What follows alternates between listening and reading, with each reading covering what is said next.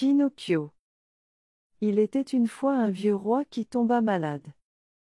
Sentant qu'il allait mourir, il fit appeler le fidèle Jean, c'était son plus cher serviteur, et on le nommait ainsi parce que toute sa vie il avait été fidèle à son maître. Quand il fut venu, le roi lui dit : « Mon fidèle Jean, je sens que ma fin s'approche. Je n'ai de soucis qu'en songeant à mon fils. Il est encore bien jeune. Il ne saura pas toujours se diriger. Je ne mourrai tranquille que si tu me promets de veiller sur lui, de l'instruire de tout ce qu'il doit savoir, et d'être pour lui un second père. » « Moi, je vous promets, » répondit Jean, « de ne pas l'abandonner. Je le servirai fidèlement, dût-il m'en coûter la vie. Moi, je peux donc mourir en paix, dit le vieux roi. Après ma mort, tu lui feras voir tout le palais, toutes les chambres, les salles, les souterrains avec les richesses qui y sont renfermées, seulement tu ne le laisseras pas entrer dans la dernière chambre de la grande galerie, où se trouve le portrait de la princesse du Dôme d'Or. Car, s'il voit ce tableau, il ressentira pour elle un amour irrésistible qui lui fera courir les plus grands dangers. Tâche de l'en préserver. » Le fidèle Jean réitéra ses promesses, et le vieux roi, tranquillisé, posa sa tête sur l'oreiller et expira. Quand on eut mis le vieux roi au tombeau, Jean raconta au jeune successeur ce qu'il avait promis à son père, au lit de mort. « Je le tiendrai, » ajouta-t-il, « et je vous serai fidèle comme je l'ai été à votre père, dût-il m'en coûter la vie. » Après que le grand deuil fut passé, Jean dit au roi : « Il est temps que vous connaissiez votre héritage. Je vais vous faire voir le palais de votre père. » Il le conduisit partout, de haut en bas, et lui fit voir toutes les richesses qui remplissaient les splendides appartements, en omettant seulement la chambre où était le dangereux portrait. Il avait été placé de telle sorte que, lorsqu'on ouvrait la porte, on l'apercevait aussitôt, et il était si bien fait qu'il semblait vivre et respirer et que rien au monde n'était si beau ni si aimable. Le jeune roi vit bien que le fidèle Jean passait toujours devant cette porte sans l'ouvrir, et il lui demanda pourquoi.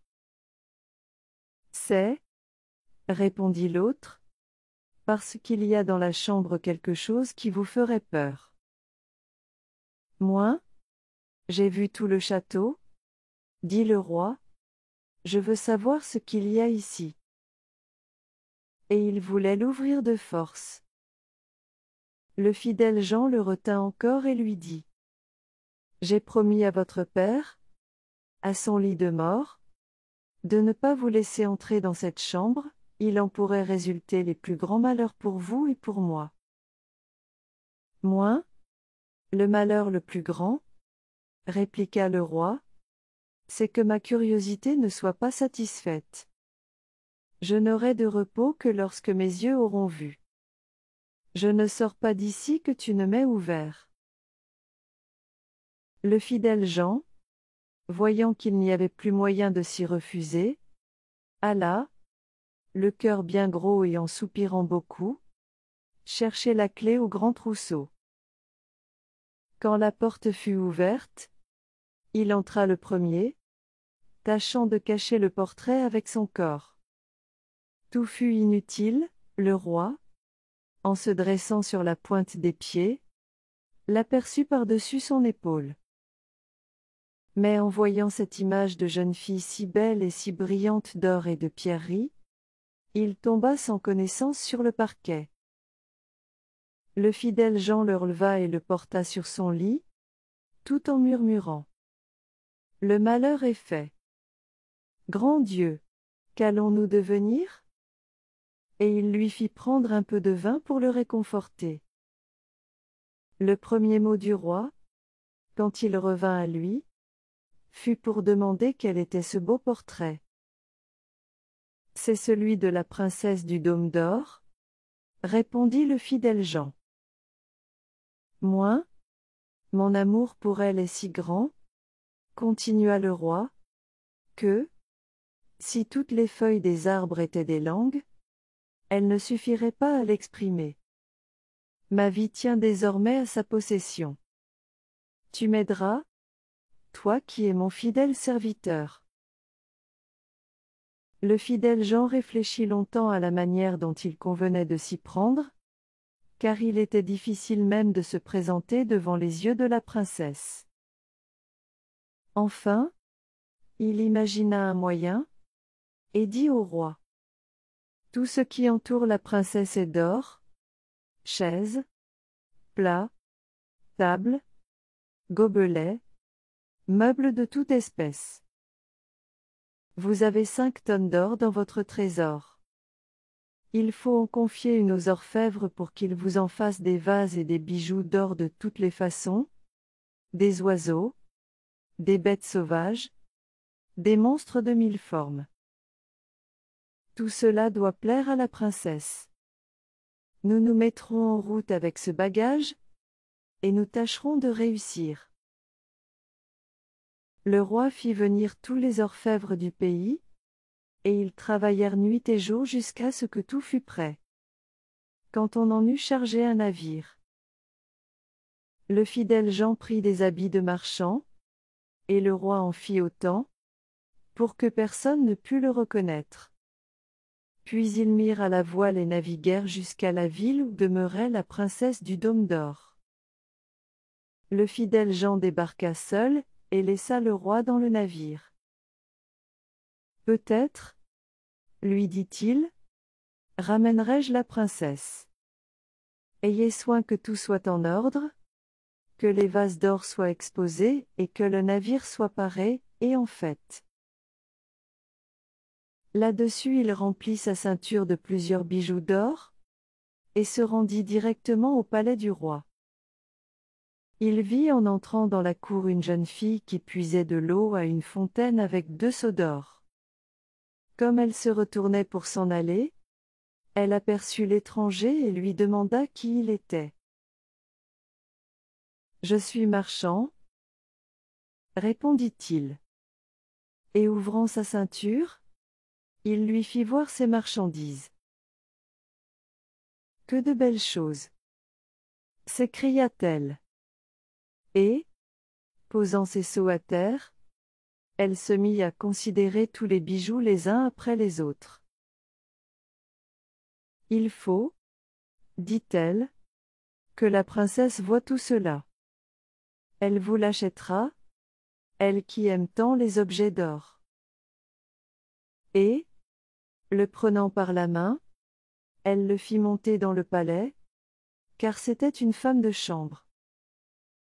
La princesse fut ravie de voir les bijoux, et elle dit : « Tout cela est si bien travaillé que je l'achète. »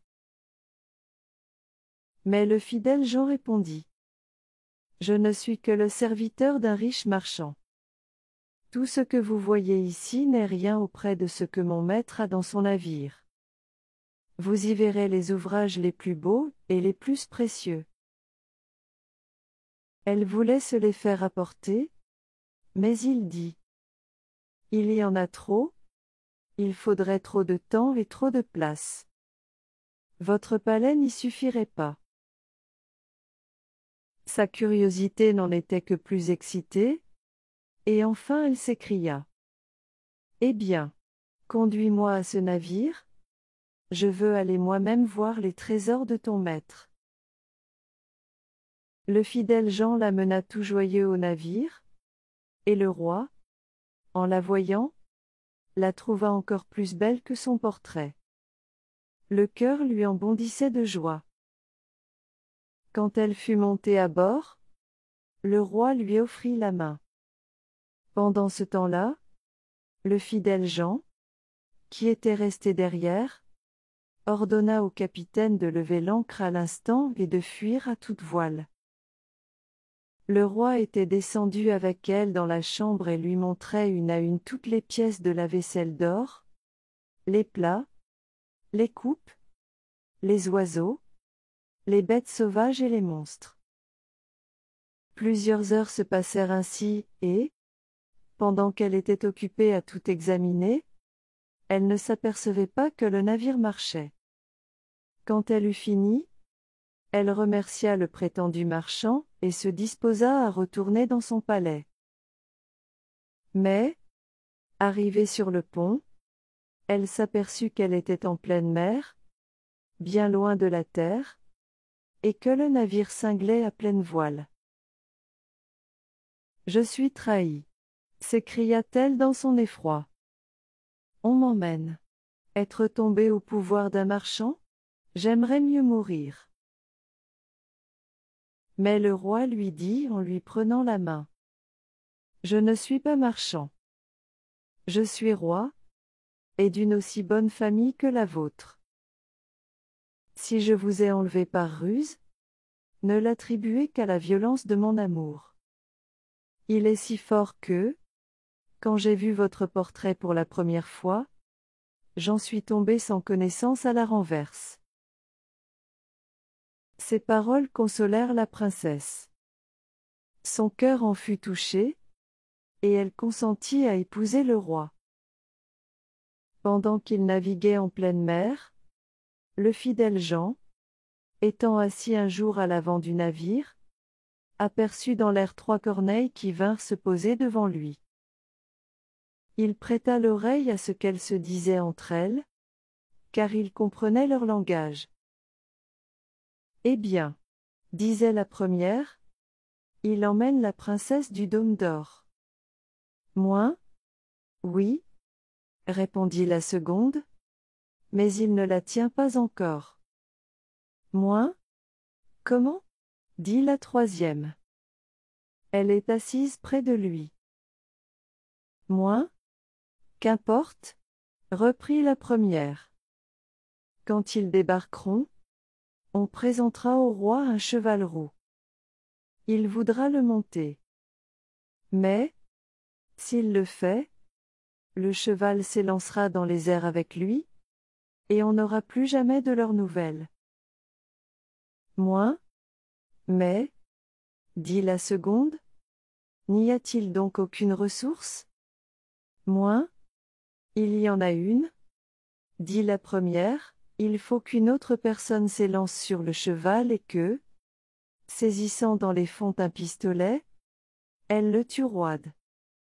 On préserverait ainsi le roi. Mais qui peut savoir cela? Et encore celui qui le saurait et le dirait serait changé en pierre depuis les pieds jusqu'aux genoux. La seconde corneille dit à son tour: Je sais quelque chose de plus encore.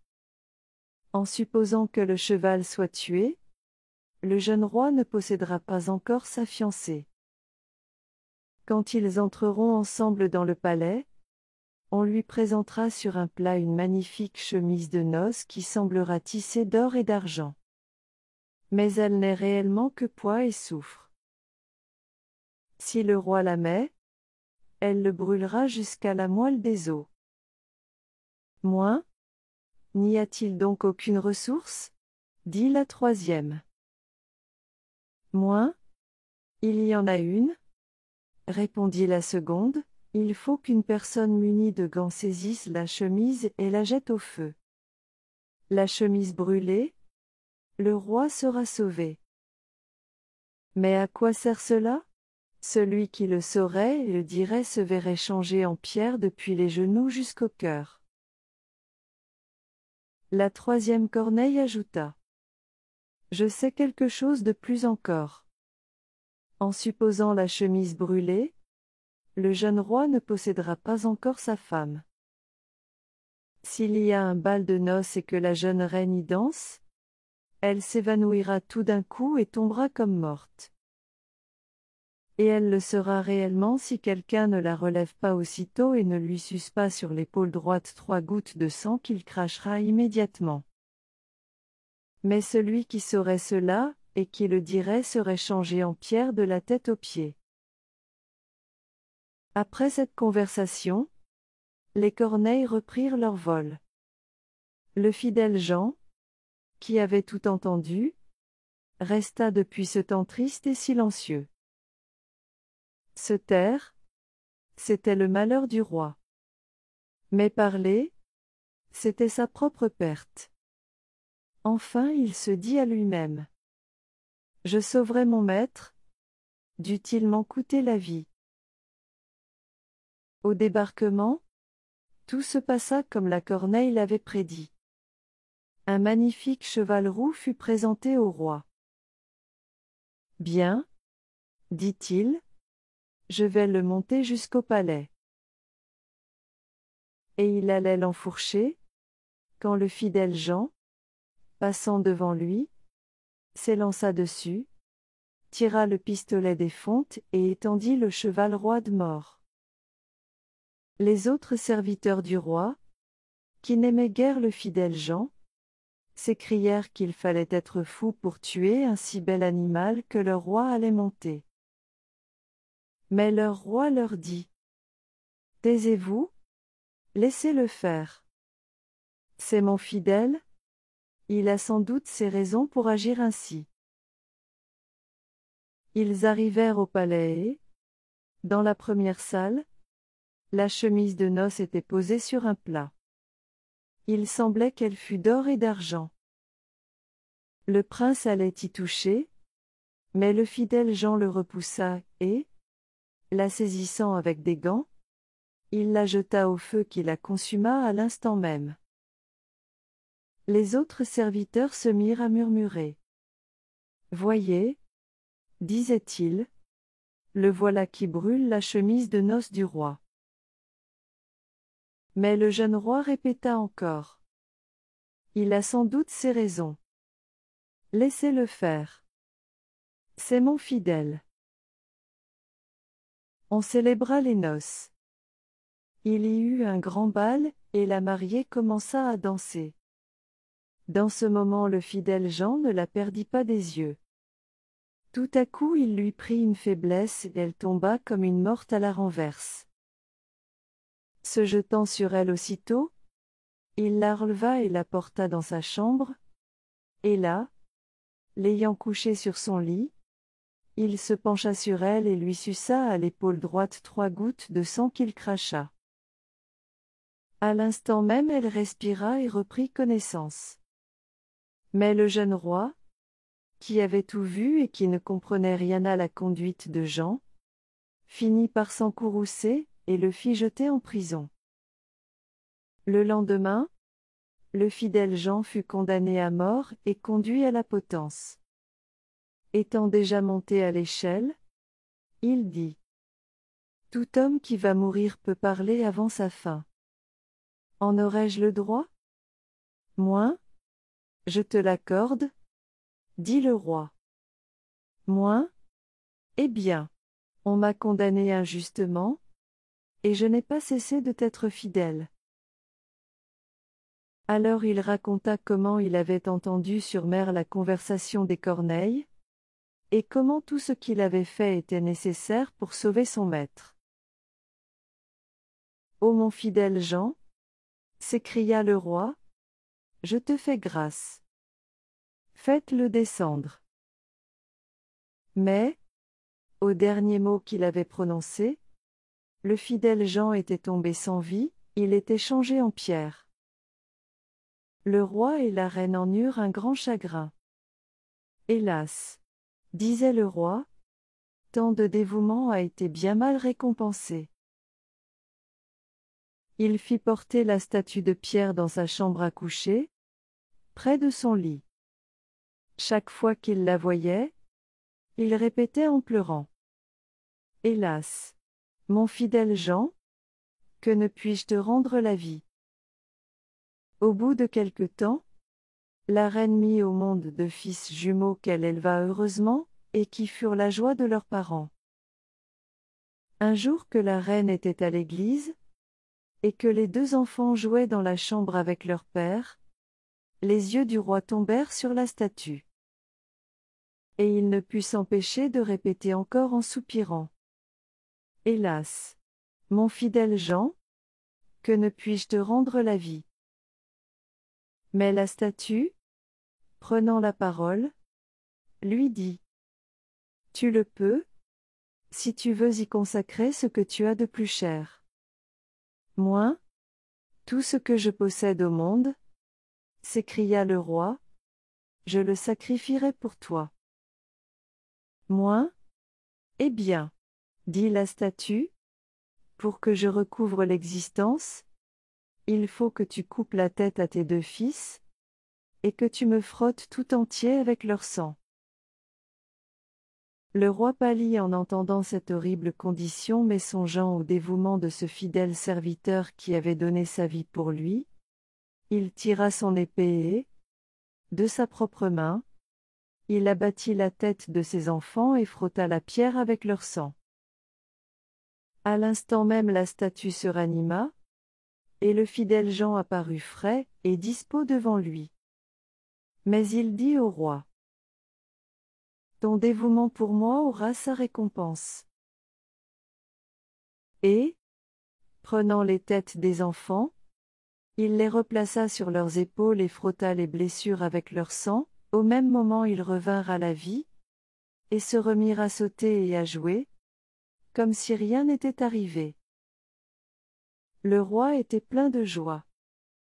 Quand il entendit revenir la reine, il fit cacher Jean et les enfants dans une grande armoire. Lorsqu'elle entra, il lui demanda: As-tu prié à l'église? Moi? Oui, répondit-elle, et j'ai constamment pensé au fidèle Jean, si malheureux à cause de nous. Moi?